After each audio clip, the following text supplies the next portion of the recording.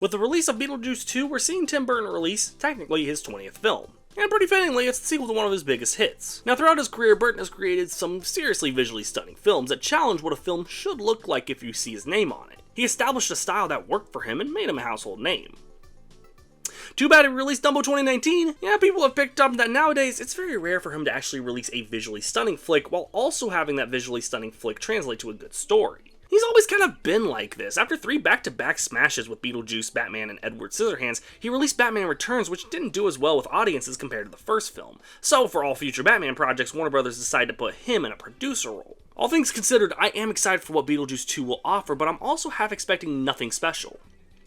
Spoiler alert, nothing special. But with that, today we're taking a look at all 20 of his movies. Yes, that includes Beetlejuice Beetlejuice. Now, I do have to emphasize, because I know there's gonna be some nerds who point out that I miss movies like Nightmare Before Christmas and Coraline. I'd win! They have to be movies that, above all else, were directed by Tim Burton, not produced or anything like that. That unfortunately includes these stop-motion films that were helmed by Henry Selick or some other director besides Burton. Anyhow, here we go.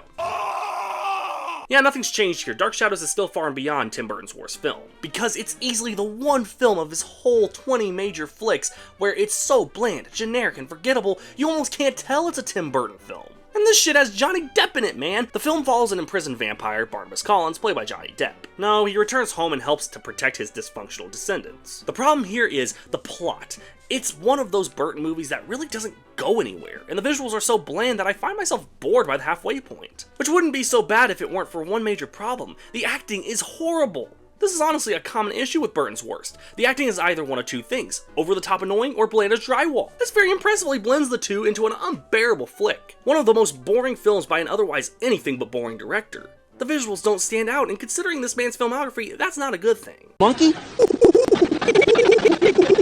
Planet of the Apes has to be one of the most unique films out there. The fact that there's been so many different versions and adaptations shows the creativity of these films. The old movies between 1968 and 1973, while they varied in quality, they brought this really cool idea to fruition and created a universe unlike any other. Or how about the trilogy of Rise, Dawn, and War, which pushed visual effects to a whole new level?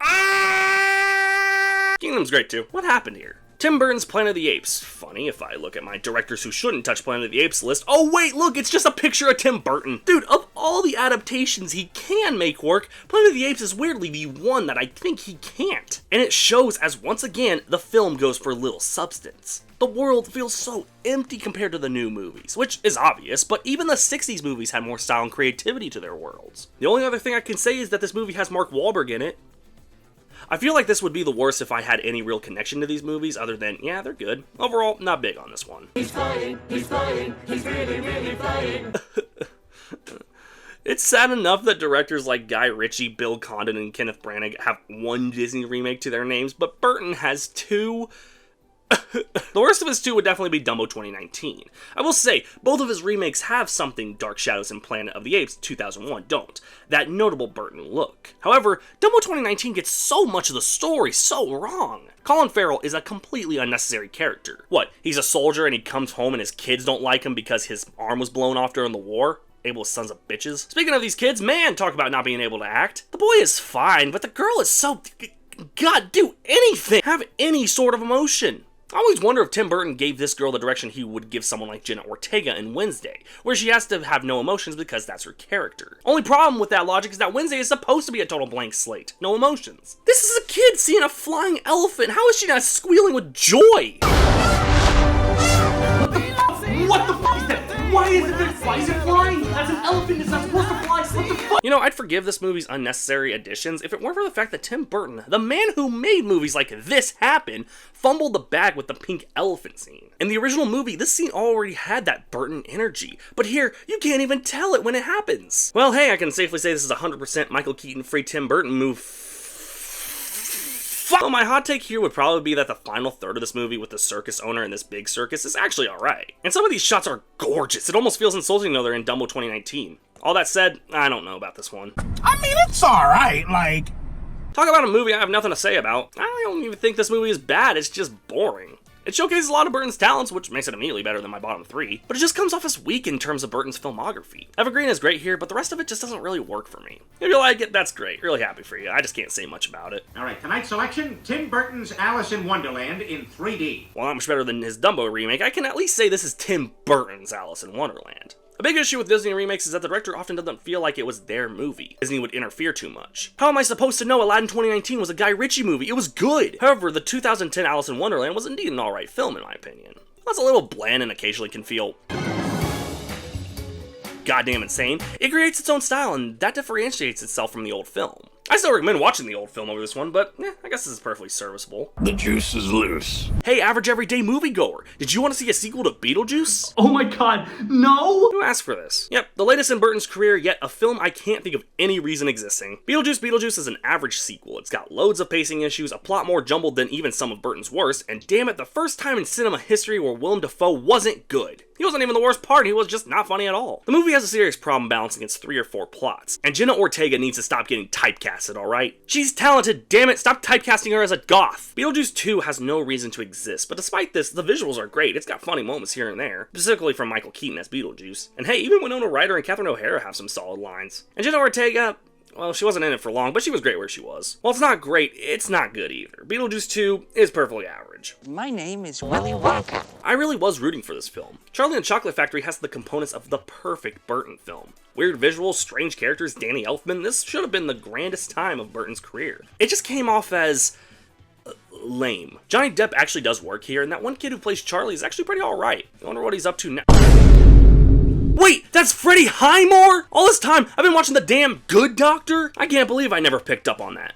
And he really sells the poor kid acting well. Oh, I'm just lucky to be here, really. And you're gonna be lucky when Tubby over here doesn't sit on you, you nerd. The other kids are actually pretty creative takes on their original counterparts. In the original, Mike TV was obsessed with television. In this one, he's obsessed with violent video games. A poor kid, he would have gone crazy for Cyberpunk 2077. Veruca Salt is about as I want to kick you in the shins as she can get, and the rest of it is pretty average. I like Johnny Depp as Willy Wonka, though yes, it is funny that this movie is called Charlie and the Chocolate Factory and is more about Wonka, yet Willy Wonka and the Chocolate Factory is more about Charlie. Hi, I'm Dementia.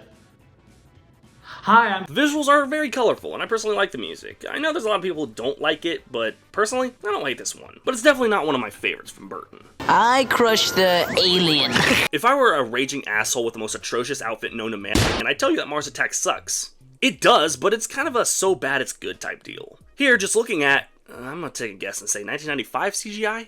Damn! I knew I wasn't supposed to expect much, and I just had fun with it. I can't name a single interesting character, but these alien designs are so reminiscent of the classic B movies of the 80s. Mars Attacks is definitely a weaker Tim Burton movie, and if I expected a sci-fi masterpiece, I would have probably put this one lower. But because I just had fun and expected very little from it, I got a way better experience out of it. This is crack. Rock cocaine. Pee-wee's Big Adventure gets brownie points because of it being Burton's first film. As a debut film, this is solid enough. Pee-wee Herman is such a lovable figure that it makes sense why he always worked in feature films. Out of respect for Paul Rubens, I more describe this movie as charming yet simple. Being a debut film, it clearly still needed some tweaking on Burton's part to get that style we know for him today. Thankfully that wouldn't take long. It's Pee-wee Herman, what do you expect? For being Burton's first movie, I got massive respect to this one, and it still holds up amongst his other films. I just love my dog. I just love my dog. Of all the stop motion films Burton's been behind, I argue Frankenweenie probably works the most in his style. That still unfortunately doesn't make Frankenweenie much better than good in my opinion. The style here is just so cool. Everything about the visual screams Burton in his unique style. However, the story is very mixed. A dog who gets offed and brought back to life. What is with Burton and these undead entities? Frankenweenie suffers a lot from what many Burton movies suffer from nowadays, visuals over substance. While the movie looks more like a Burton movie than something like Planet of the Apes or Dumbo 2019, it still doesn't give that great of a plot, and the characters range from generally okay to mildly uninteresting. I guess it still has the Burton charm, so I definitely put it higher for that. It's not bad, but it wasn't terribly impressive in my opinion. The only reason it's higher than Pee-wee is because I could tell this was a Burton film. Yeah, he's really bad-minded son of a bitch. Batman Returns is the infamous sequel to Burton's hit 1989 Batman adaptation. As far as sequels go, I personally don't see the problem. Sure, Danny DeVito as the Penguin is gross, and Catwoman is hot, but most of the film's immediate issues are small in my mind. I think this one taking a darker turn works well. To anyone who maybe thought that Jack Nicholson's Joker was too goofy, bam, BDSM. I personally like Michael Keaton as Batman. He's not my favorite Batman, obviously. That honor will obviously go to my beloved Kevin Conroy, but he works well with the character in my mind. I think the big issue is that it does go darker and do more Burton-esque shit that might turn families away from it, but it's far from bad in my opinion. It's a personal favorite of mine in his catalog. And stop staring at me with them big old eyes. Big Eyes was one of the 2 Burton films that were based on true stories. But that doesn't make Big Eyes bad in my mind. I still enjoyed this story. The story of Margaret Keane, played by one of my favorite actresses, Amy Adams. If you don't know the story, Margaret Keane made some insane art that sold like crazy, but her husband, Walter, ended up claiming credit for it. The art really does scream Burton, which sucks because the film itself isn't the most Burton film out there. There certainly exist other Burton films that feel like his style. I'd even say the other true story he did was more in style of Burton. With that said, I like the story, and the actors all hold their weight, especially Amy Adams and Jason Schwartzman. I really like this guy. Even though it's not the most Tim Burton movie out there, I enjoyed this one fine. So much head, I woke up in Sleepy Hollow. Sleepy Hollow is a lot more like a Tim Burton movie. Of course, the classic story of Sleepy Hollow, following Ichabod Crane investigating decapitations in Sleepy Hollow, and coming face to face with the Headless Horseman. Ichabod here is portrayed by Johnny Depp. I believe this is the 3rd or 4th Burton movie with him in it, and honestly, this is underrated in his works with Burton. I'd still say movies like Edward Scissorhands are better for him, but I never hear people talk about him in this, and that's surprising to me. Sleepy Hollow as a film works perfectly because it perfectly displays the talents of Burton. While it's not my all-time favorite from him, I still enjoy this one a great deal, and it's one of my favorite performances from Depp's Burton films. Do you happen to know what the fine is here in Cyrodiil for necrophilia? Just asking. You're probably thinking, man, Corpse Bride couldn't even make top 5? Nope. Look, I really like Corpse Bride. Whenever it's talked about amongst stop-motion films, I usually agree it being one of the most stylized films out there. And with that said, the gothic atmosphere, as well as one of my favorite scores in a Burton movie, really makes this an enjoyable experience. Every rewatch, I find something else that really intrigues me. However, Who the fuck? Victor Van Dort has to be one of the most bland protagonists I've ever seen in a Burton movie. It's funny because a big criticism with him is that the visuals often outweigh the personalities of the character he writes. And while that happens with his bad movies, like the kids from Dumbo 2019 or Mark Wahlberg from Planet of the Apes, his better movies often have the characters keep up with the visuals. And while the other characters around Victor do pop out and hold their own, Victor himself is so forgettable. If you like him, that's great. I've seen people say this was their first animated crush. The film itself, though, holds an interesting story, great gothic atmosphere, and interesting characters outside of the main character for me. Fish paste. I argued a lot where Big Fish would land in this ranking. The first time I watched it, I'd argue around the top 10, but not much higher. But upon rewatch, right outside the top 5 sounds about right. This one deviates from the Tim Burton norm, but I still think it works as a Tim Burton movie as opposed to the other films that deviate from his usual style. It's a lot more serious than Burton's other works, which usually are able to mix comedy and drama, but this is one of my favorite dramas from Burton. The only reason it's outside of the top 5 is because I feel the top 5 are all related to Burton's style and helped form it. Also, Helena Bonham Carter, but no Johnny Depp, shameful. We do this little thing called sinning. No, don't do it. I'm gonna do it, man. Batman 1989 is personally the film that solidified Burton as a director. This was his 3rd movie after Pee-wee and Beetlejuice, and it really showed he could tackle a variety of genres and topics and present them in a unique way. I also argue Batman 1989 saved comic book movies there for a while. See, the late 80s are notorious for having Superman 4. In the 90s, they had Blade and... Blade? I like to think, while people credit movies like Spider-Man and X-Men for making sure superhero movies were plausible cinema, Batman 1989 assured that people still thought about how comic book movies can be tackled. Both mixing the darkness of Burton's unique talents alongside the goofiness of something like The Adam West Show, Batman 1989 is the perfect blend of Batman and Burton. It's showtime. Beetlejuice is a Tim Burton classic. Michael Keaton in a role he feels completely familiar in, despite being a completely new role. Winona Ryder, and dear God, that better be a Danny Elfman score. As of writing this entry, I haven't seen Beetlejuice II, but no matter how good or bad it ends up being, nothing takes away from, in my opinion, the most bizarre Tim Burton movie out there. The visuals were way ahead of their time, and again, Keaton just steals the show. I suppose that's my biggest issue that I'm going to see with the sequel, how Keaton will try to steal a show, but most modern audiences will see Jenna Ortega and Cream. The juice is loose. Hey, piss off. Even with its looniness and crazy antics, this remains one of my favorite Burton films. Scissorman! Please stop. I know what you're thinking. Angry Mob started the door, thank you. Edward Scissorhands is Burton's best drama to date. It mixes everything we know about Burton to that point and flipped it on its head to make a gripping and emotional story, and my all-time favorite Johnny Depp performance in his whole career. I just happen to like 2 other movies of his better. Holy shit! Holy shit. Edward Scissorhands is amazing, and in reality, showcases everything amazing about this director. I just felt 2 other films were more interesting. I think because I've seen Edward Scissorhands so many times, only beaten out by the #1 film on this list, I guess I find it just the essential Tim Burton movie. And I've always been one to stray away from the general consensus. That being said, Edward Scissorhands is a beautifully crafted tale, a tragic story, and one of Depp's career-defining roles. The way he plays his character without saying much is genuinely genius. It's definitely great, don't let the bronze placing fool you. I just found there to be 2 movies I found even better. Hallelujah, dude. I'm gonna take Demon Time seriously and literally. While Scissorhands remains my favorite Depp performance of all time, kinda like Sleepy Hollow, Sweeney Todd is another underrated film in Depp's career. One of the few musicals Burton ever directed, Sweeney Todd is a stylish, yet interesting film with music that complements the entire story. Now, of course, Sweeney Todd is a character as old as the late 1800s, but Depp really puts a new spin on the character, making it feel unique to him. The music drives this film. I seriously can't go over some of the songs in the soundtrack. Genuinely one of the most unique films Burton has ever made. I'm surprised he hasn't done more musicals. Okay, so my #1 Burton film isn't Beetlejuice, isn't Big Fish, isn't Batman, isn't Edward Scissorhands, or Sweeney Todd. So what is it? Well, my friends, Yep, that's an angry mob. Ed Wood is genuinely my favorite Burton film.